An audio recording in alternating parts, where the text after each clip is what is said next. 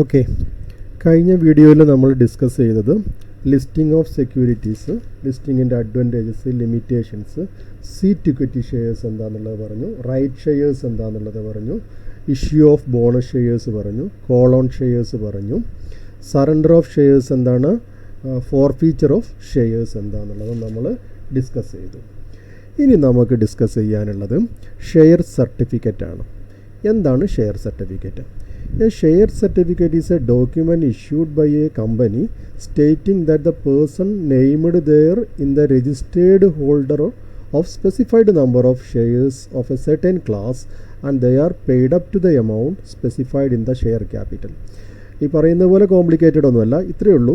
ഇതൊരു സർട്ടിഫിക്കറ്റാണ്. ഈ സർട്ടിഫിക്കറ്റിൽ ഷെയർ ഹോൾഡറുടെ പേരുണ്ടായിരിക്കും. അയാളുടെ പേര് കമ്പനിയുടെ രജിസ്റ്റേർഡ് ഷെയർ ഹോൾഡർ ലിസ്റ്റിൽ പബ്ലിഷ് ചെയ്തിട്ടുള്ള പേരാണ് ഈ സർട്ടിഫിക്കറ്റിൽ ഉണ്ടായിരിക്കുക. അയാൾക്ക് so and so number shares hold ചെയ്യുന്നുണ്ട്. അതോടൊപ്പം ആ ഷെയറിൻ്റെ ക്ലാസ് ഏത് ക്ലാസ് ആണ് എന്നുള്ളതും എന്തുണ്ടാവും, ആ ഷെയർ സർട്ടിഫിക്കറ്റിൽ ഉണ്ടാവും. ഇതാണ്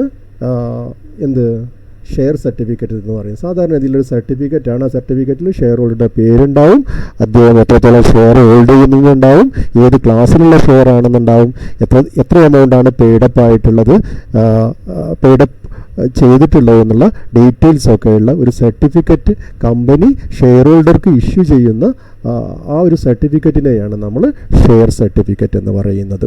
ഈ ഷെയർ സർട്ടിഫിക്കറ്റിൽ ഉണ്ടാവുന്ന ഡീറ്റെയിൽസ് എന്തൊക്കെയാണെന്നുള്ളതാണ്, എന്തെല്ലാം കാര്യങ്ങളാണ് ഷെയർ സർട്ടിഫിക്കറ്റിൽ കണ്ടെയ്ൻ ചെയ്യുന്നത് എന്നുള്ളത്. ഒന്നാമത് name and address of registered office of the company. കമ്പനിയുടെ പേരും അഡ്രസ്സും ഉണ്ടാവും, രജിസ്റ്റേർഡ് ഓഫീസിൻ്റെ അഡ്രസ്സും ഉണ്ടാവും. Serial number of share certificate. ഏതൊരു സർട്ടിഫിക്കറ്റിനും ഒരു സീരിയൽ നമ്പർ ഉണ്ടാവും. ആ സർട്ടിഫിക്കറ്റ്, ഈ ഷെയർ സർട്ടിഫിക്കറ്റിൽ അത്തരത്തിലുള്ളൊരു സീരിയൽ നമ്പർ ഉണ്ടാവും. ഈ ഷെയർ സർട്ടിഫിക്കറ്റ് എന്നാണ് ഇഷ്യൂ ചെയ്ത ഡേറ്റ് ഉണ്ടാവും, ഡേറ്റ് ഓഫ് ഇഷ്യൂ ഉണ്ടാവും. Name and address of the holder. ആരുടെ പേരിലാണ് ഈ സർട്ടിഫിക്കറ്റ് ഇഷ്യൂ ചെയ്തിട്ടുള്ളത് അയാളുടെ പേരും അഡ്രസ്സും ഉണ്ടാവും. അതുപോലെ number and class of shares. അയാളുടെ എത്ര നമ്പർ ഷെയർ ഉണ്ട്, അയാളുടെ ക്ലാസ് ഓഫ് ഷെയർ ഏതാണെന്ന് ഉണ്ടാവും. അതോടൊപ്പം നോമിനൽ വാല്യൂ ഓഫ് ഷെയർസ്. എന്താണ് അതിൻ്റെ വാല്യൂ എന്നുള്ളത്, നോമിനൽ വാല്യൂ, ഷെയറിൻ്റെ നോമിനൽ വാല്യൂ എന്താണെന്നുള്ളത് ആ സർട്ടിഫിക്കറ്റിൽ മെൻഷൻ ചെയ്തിട്ടുണ്ടാവും. Amount paid on each share. ഓരോ ഷെയറിന് എഗെയിൻസ്റ്റ് ആയിട്ട് എത്രയാണ് അദ്ദേഹം പേ ചെയ്തിട്ടുള്ളത് എന്നുള്ളത് ഡീറ്റെയിൽസും ഉണ്ടാവും. അതുപോലെ ഇംപ്രഷൻ ഓഫ് കോമൺ സീൽ. കമ്പനിയുടെ കോമൺ സീലിൻ്റെ അടയാളമാണ്, സീൽ അടിച്ചിട്ടുണ്ടാവും. And space for signature, sign ചെയ്യാനുള്ള സ്ഥലം ഉണ്ടാവും. ഇത്രയും കാര്യങ്ങൾ കൂടിച്ചേർന്നതാണ് ഒരു ഷെയർ സർട്ടിഫിക്കറ്റ് എന്ന് പറയുന്നത്. ഓക്കെ, ഇനി നമുക്ക് ഷെയർ വാറണ്ട് എന്താണെന്നുള്ളതാണ്. നോർമലി പുതിയ കമ്പനീസ് ആക്ട് 2016 ഇത്തരത്തിലുള്ളൊരു പ്രൊവിഷൻ ഇല്ല, ഷെയർ വാറണ്ട് എന്താണെന്നുള്ളത് പറയുന്നില്ല. എന്നാൽ കമ്പനീസ് ആക്ട്, ഇതിൻ്റെ പാരൻറ്റ് കമ്പനീസ് ആക്ട് ആയിട്ടുള്ള 1956 സെക്ഷൻ 140 ഇത്തരത്തിൽ ഷെയർ വാറണ്ട് എന്നുള്ളൊരു ടേം യൂസ് ചെയ്തിട്ടുണ്ട്. എന്താണ് ഷെയർ വാറണ്ട് എന്ന് പറയുന്നത്?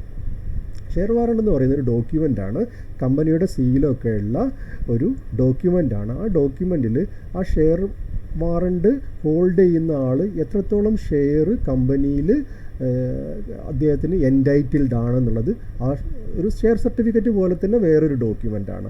ഇതിൽ കമ്പനിയുടെ സീലുണ്ടാവും, ഇതിൻ്റെ ഹോൾഡർ, ഈ ഷെയർ വാറണ്ട് ഹോൾഡ് ചെയ്യുന്ന ഹോൾഡർ എത്ര ഷെയർ കമ്പനിയിൽ ഹോൾഡ് ചെയ്യുന്നുണ്ടെന്നുള്ള ഡീറ്റെയിൽസും ആ ഷെയർ വാറണ്ടിൽ ഉണ്ടാവും. ഇതിൻ്റെ ഒരു പ്രത്യേകത എന്ന് പറയുന്നത്, being a bearer document it can be transferred by mere delivery.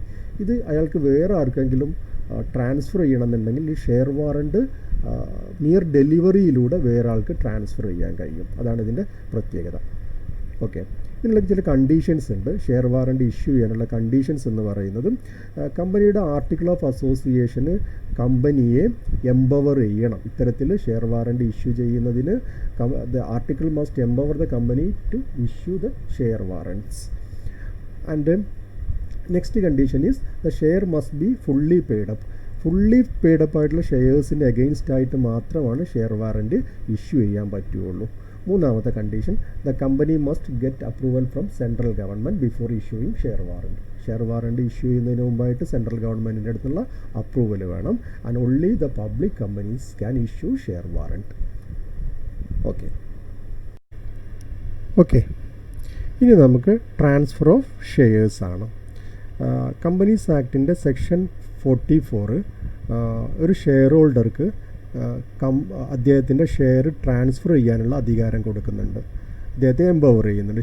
അദ്ദേഹത്തിൻ്റെ ഷെയറോ ഡിബഞ്ചറോ എന്ത് വേണമെങ്കിലും അദ്ദേഹത്തിന് ട്രാൻസ്ഫർ ചെയ്യാൻ പറ്റും. ആ സ്പെസിഫൈഡ് ഇൻ ആർട്ടിക്കിൾസിൽ പറഞ്ഞതുപോലെ എന്ത് ചെയ്യാൻ പറ്റും, അത് ആർട്ടിക്കിളിൽ എങ്ങനെയാണോ മെൻഷൻ ചെയ്തിട്ടുള്ളത് അത് ആ പ്രൊസീജിയർ അനുസരിച്ചിട്ട് ഷെയറും ഡിബഞ്ചറും എല്ലാം ട്രാൻസ്ഫർ ചെയ്യാനുള്ള അധികാരം സെക്ഷൻ 44 ഓഫ് കമ്പനീസ് ആക്ട് ഒരു ഷെയർ ഹോൾഡറെ എംപവർ ചെയ്യുന്നുണ്ട്. ഇനി ഇതിൻ്റെ provisions of act relating to transfer, ഇങ്ങനെ ഷെയർ ട്രാൻസ്ഫർ ചെയ്യുന്നതിൻ്റെ റിലേറ്റഡ് ആയിട്ടുള്ള പ്രൊവിഷൻസ് ആണ്. ഒന്നാമത്തത് ഇൻസ്ട്രുമെൻ്റ് ഓഫ് ട്രാൻസ്ഫർ. എന്താണ് ട്രാൻസ്ഫറിൻ്റെ ഇൻസ്ട്രുമെൻ്റ് എന്ന് പറയുന്നത്? 2-3 പോയിൻറ്റ്സ് ഉണ്ട് അതിൽ. ഒന്നാമത്തെ പോയിൻറ്റ്, ഒരു പ്രോപ്പർ ഡോക്യുമെൻ്റ് വേണം ട്രാൻസ്ഫർ നടക്കണമെങ്കിൽ. A proper instrument of duly stamp പതിപ്പിച്ചിട്ടുള്ള കൃത്യമായിട്ടുള്ള സ്റ്റാമ്പ് പതിപ്പിച്ചിട്ടുള്ള ഡോക്യുമെൻ്റ് ആയിരിക്കണം. ആൻഡ് എക്സിക്യൂട്ടഡ്, അത് എക്സിക്യൂട്ട് ചെയ്തിരിക്കണം. And signed by both transferor and transferee. ട്രാൻസ്ഫററും സൈൻ ചെയ്തിരിക്കണം, ട്രാൻസ്ഫറിയും സൈൻ ചെയ്തിരിക്കണം. And it should be delivered to the company within 60 days of execution. ഇവർ തമ്മിൽ ട്രാൻസ്ഫററും ട്രാൻസ്ഫറിയും ഇത്തരത്തിലുള്ള ഒരു ഇൻസ്ട്രുമെൻ്റ് എക്സിക്യൂട്ട് ചെയ്ത് വിത്തിൻ 60 days 2 മാസത്തിനകം തന്നെ ഇത് കമ്പനിയിൽ സബ്മിറ്റ് ചെയ്തിരിക്കണം. ഇതാണ് ഇൻസ്ട്രുമെൻ്റ് ഓഫ് ട്രാൻസ്ഫറിലുള്ള ഒന്നാമത്തെ പോയിൻ്റ് എന്ന് പറയുന്നത് പ്രൊവിഷനിൽ. രണ്ടാമത്തെ point, the instrument of transfer shall be in prescribed form. ആ ഇൻസ്ട്രുമെൻ്റ് എന്ന് പറയുന്നത് ഒരു ഡോക്യുമെൻ്റാണ്. ആ ഡോക്യുമെൻ്റ് തയ്യാറാക്കേണ്ടത് ഒരു പ്രിസ്ക്രൈബ്ഡ് ഫോർമാറ്റിലാണ്. ഒരു പറയപ്പെട്ടൊരു ഫോർമാറ്റ് ഉണ്ടാവും. ആ ഫോർമാറ്റിൽ തന്നെ അത് എന്ത് ചെയ്യണം, തയ്യാറാക്കണം. And the transferee become member of the company. ട്രാൻസ്ഫറിക്ക് ഷെയർ കൊടുത്തു കഴിഞ്ഞ് ഷെയർ ട്രാൻസ്ഫർ ചെയ്ത് കഴിഞ്ഞിട്ടുണ്ടെന്നുണ്ടെങ്കിൽ the transferor is only when the transfer registered by the company. ട്രാൻസ്ഫറർ കമ്പനിയിൽ രജിസ്റ്റർ ചെയ്ത ആളാണെങ്കിൽ മാത്രമാണ് ട്രാൻസ്ഫറിക്ക് മെമ്പർഷിപ്പ് കിട്ടുകയുള്ളൂ. ഈ 3 കാര്യങ്ങളാണ് ഇൻസ്ട്രുമെൻ്റ് ഓഫ് ട്രാൻസ്ഫറുമായി ബന്ധപ്പെട്ട പ്രൊവിഷൻസ്. ഇനി മറ്റൊരു പ്രൊവിഷനാണ് ട്രാൻസ്ഫർ ബൈ ലീഗൽ റെപ്രസെൻറ്റേറ്റീവ്.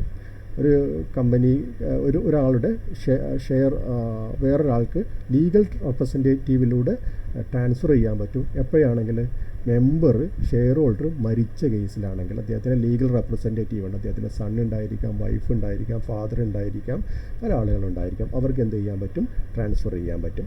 പിന്നെ അപ്ലിക്കേഷൻ ഫോർ ട്രാൻസ്ഫർ, ഈ ട്രാൻസ്ഫറിന് വേണ്ടിയിട്ടുള്ള ഇൻസ്ട്രുമെൻറ്റ് തയ്യാറാക്കണം. ആരാ തയ്യാറാക്കേണ്ടത്? Either by transferor or transferee, ആർക്കെങ്കിലും ഒരാൾക്ക് തയ്യാറാക്കാം. And last provision is transfer of partly paid shares.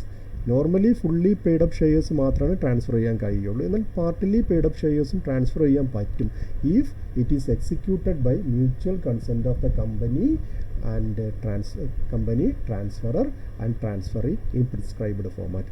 ഒരു പ്രിസ്ക്രൈബ്ഡ് ഫോർമാറ്റിൽ പറയപ്പെട്ട കമ്പനി ആക്ടിൽ പറയപ്പെട്ടിട്ടുള്ള പ്രിസ്ക്രൈബ്ഡ് ഫോർമാറ്റിൽ കമ്പനിയും ട്രാൻസ്ഫറിയും മ്യൂച്വൽ കൺസെൻറ്റോട് കൂടിയിട്ട് എക്സിക്യൂട്ട് ചെയ്യുകയാണെന്നുണ്ടെങ്കിൽ പാർട്ട്ലി പെയ്ഡ് അപ്പ് ഷെയർസും എന്ത് ചെയ്യാൻ പറ്റും, ട്രാൻസ്ഫർ ചെയ്യാൻ കഴിയും. ഓക്കെ ഇനി നമുക്ക് ഫോർജ്ഡ് ട്രാൻസ്ഫറാണ് ഡിസ്കസ് ചെയ്യാനുള്ളത്. എന്താണ് ഫോർജ്ഡ് ട്രാൻസ്ഫർ എന്നുള്ളത്? ആ പേര് തന്നെ ഉണ്ട്. എന്താണ്? ആക്ച്വൽ ട്രാൻസ്ഫർ അല്ല, ഒരു റോങ് വേയിലൂടെ ട്രാൻസ്ഫർ നടത്തുന്നതിനെയാണ് ഫോർജ്ഡ് ട്രാൻസ്ഫർ എന്ന് പറയുന്നത്. And instrument of transfer of shares on which the signature of the transferor is forged is called forged transfer. ട്രാൻസ്ഫററുടെ സിഗ്നേച്ചർ അദ്ദേഹത്തിൻ്റെ സിഗ്നേച്ചർ അല്ല, ഒരു കള്ളത്തരത്തിലൂടെ ഇട്ട സിഗ്നേച്ചറാണ്, വേറെ ആരോ ഒരു ഫേക്കായിട്ടുള്ള സിഗ്നേച്ചർ ഇട്ടതാണ്. അങ്ങനെ ഒരു ട്രാൻസ്ഫർ നടക്കുകയാണെങ്കിൽ അത്തരം ട്രാൻസ്ഫറിനെ നമ്മൾ വിളിക്കുന്ന പേരാണെന്ത്? ഫോർജ്ഡ് ട്രാൻസ്ഫർ എന്ന് പറയുന്നത്. ഇതിൻ്റെ ലീഗാലിറ്റി എന്ന് പറയുന്നത്, ഒന്നാമത് it does not confer any legal upon ട്രാൻസ്ഫറിയുടെ മേലെ ഒരു തരത്തിലുള്ള നിയമപരമായിട്ടുള്ള കാര്യങ്ങളും ഉണ്ടാക്കുന്നില്ല. ഇത്തരത്തിലുള്ള forged transfer. If a company issue a transfer certificate on a forged transfer, company എന്ത് ചെയ്തു, ഈ ഫോർജ്ഡ് ട്രാൻസ്ഫർ സർട്ടിഫിക്കറ്റ് വെച്ചിട്ട് ഫോർജ്ഡ് ട്രാൻസ്ഫറിലൂടെ എന്ത് ചെയ്തു, ഒരു ട്രാൻസ്ഫർ സർട്ടിഫിക്കറ്റ് ഇഷ്യൂ ചെയ്യുകയാണ്. ആർക്ക്? ട്രാൻസ്ഫറിക്ക്. To an innocent buyer accept it. Transfer അത് അക്സെപ്റ്റ് ചെയ്യുകയും ചെയ്തു. അയാൾക്ക് അറിയില്ല ഇത് ഫോർജഡ് ട്രാൻസ്ഫർ ആണെന്നുള്ളത്. Then he can claim damages from the company. കമ്പനിയിൽ നിന്ന് ഡാമേജസ് ക്ലെയിം ചെയ്യാൻ പറ്റും.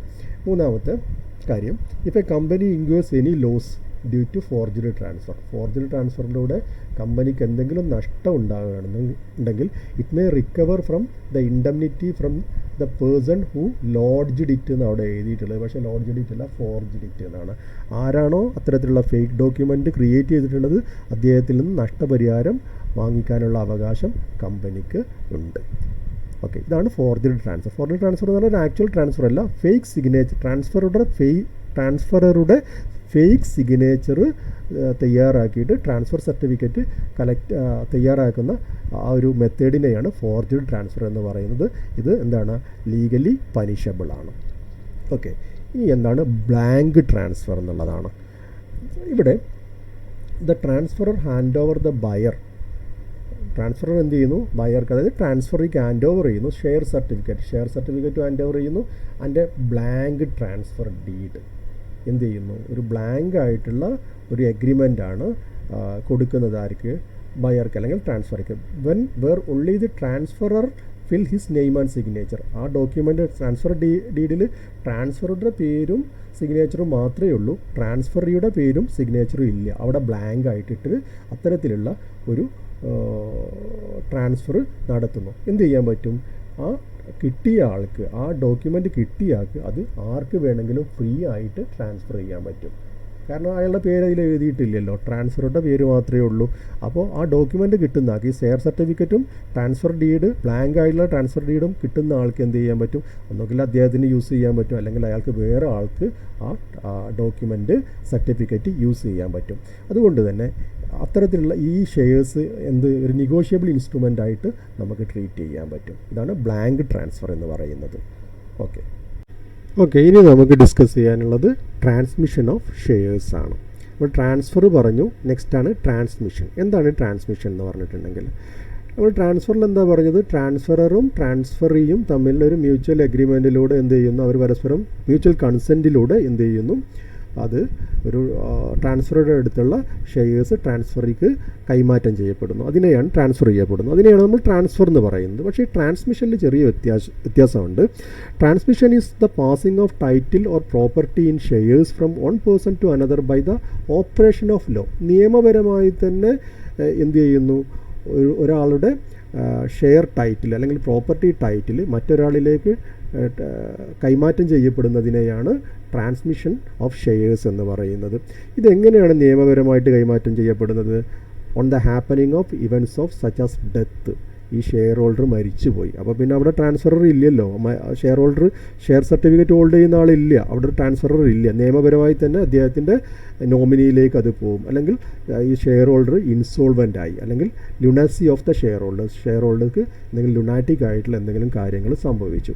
അത്തരം കേസസിൽ ബൈ ഓപ്പറേഷൻ ഓഫ് ലോ എന്ത് ചെയ്യും? Title of the shares transfer from one person to another. That phenomenon is known as transmission of shares.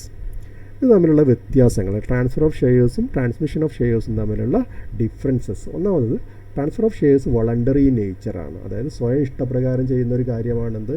Transfer of shares. നേരെ മറിച്ച് ട്രാൻസ്മിഷൻ എന്ന് പറയുന്നത് ഇൻവോളണ്ടറിയാണ്, സ്വയമായിട്ട് ചെയ്യുന്നതല്ല, ബൈ ഓപ്പറേഷൻ ഓഫ് ലോ ആണ്. രണ്ടാമത്തത് transfer from form has to be executed. ട്രാൻസ്ഫറിന് ഒരു form ഉണ്ടായിരിക്കും. നേരെ മറിച്ച് ട്രാൻസ്മിഷനിൽ നിയർ ഒരു അപ്ലിക്കേഷൻ മാത്രമാണ്, ലീഗൽ റെപ്രസെൻറ്റേറ്റീവിൻ്റെ ഒരു അപ്ലിക്കേഷൻ മാത്രമാണ് ട്രാൻസ്മിഷനിൽ ഉണ്ടായിരിക്കുക. Transfer can take place any time, ഏത് സമയം വേണമെങ്കിലും ട്രാൻസ്ഫർ ചെയ്യാൻ പറ്റും. എന്നാൽ ട്രാൻസ്മിഷൻ എന്ന് പറയുന്നത് എന്തെങ്കിലും ഇവൻറ്റ്സ് നടക്കും, ഡെത്തോ ഇൻസോൾവൻസിയോ ല്യൂണസിയോ ഇങ്ങനെ എന്തെങ്കിലും നടന്നെങ്കിൽ മാത്രമാണ്, ഇത്തരത്തിലുള്ള സെർട്ടൻ സർക്കംസ്റ്റൻസസിൽ മാത്രമാണ് ട്രാൻസ്മിഷൻ നടക്കുന്നത്. നാലാമത്തെ difference, there is A valid consideration exist. ഇവിടെ ട്രാൻസ്ഫറിൻ്റെ കേസിൽ ഒരു വാലിഡ് കൺസിഡറേഷൻ ഉണ്ടായിരിക്കും, നേരെ വെച്ച് ട്രാൻസ്മിഷൻ്റെ കേസിൽ there is no valid consideration. Okay, ഇനി നമുക്ക് ലയൻ ഓൺ ഷെയർസ് എന്നുള്ളതാണ്. എന്താണ് ലയൻ ഓൺ ഷെയർസ്? ഇത് കമ്പനിക്കുള്ള ഒരു റൈറ്റാണ്. കമ്പനിക്ക് ഷെയർ ഹോൾഡറുടെ ഷെയർസ് റീറ്റെയിൻ ചെയ്യാനുള്ള ഒരു അവകാശമാണ് ലയൻ എന്ന് പറയുന്നത്, അല്ലെങ്കിൽ ഡിവിഡൻഡ് റീറ്റെയിൻ ചെയ്യാനുള്ള. ഡിവിഡൻഡ് പേയബിൾ ആയിട്ടുള്ളത് റീറ്റെയിൻ ചെയ്യാൻ, അല്ലെങ്കിൽ ഷെയർസ് റീറ്റെയിൻ ചെയ്യാനുള്ള ഒരു അവകാശത്തെയാണ്, അതായത് ഷെയർ ഹോൾഡർക്ക് തിരിച്ചു കൊടുക്കാതെ കമ്പനി തന്നെ റീറ്റെയിൻ ചെയ്യാനുള്ള അവകാശത്തെയാണ് ലയൺ ഓൺ ഷെയർസ് എന്ന് പറയുന്നത്. എല്ലായ്പ്പോഴും ലയൺ ഓൺ ഷെയർസ് കമ്പനിക്ക് എടുത്ത് ഉപയോഗിക്കാൻ പറ്റില്ല. എപ്പോഴാണ് ഈ ഇത്തരത്തിലുള്ള lien on shares company use ചെയ്യുന്നത്? In respect of outstanding call amount. Share ഹോൾഡറുടെ കയ്യിൽ നിന്ന് കോൾ എമൗണ്ട് ആയിട്ട് എന്തെങ്കിലും എമൗണ്ട് കിട്ടാനുണ്ടെങ്കിൽ, അത് ആ ലയബിലിറ്റി ഫുൾഫിൽ ചെയ്യുന്നില്ലെങ്കിൽ, ഷെയർ ഹോൾഡർ ഫുൾഫിൽ ചെയ്യുന്നില്ലെങ്കിൽ, ലയൺ റൈറ്റ് ഷെയർസിൻ്റെ മേലെ പ്രയോഗിക്കാനുള്ള അവകാശം കമ്പനിക്കുണ്ട്.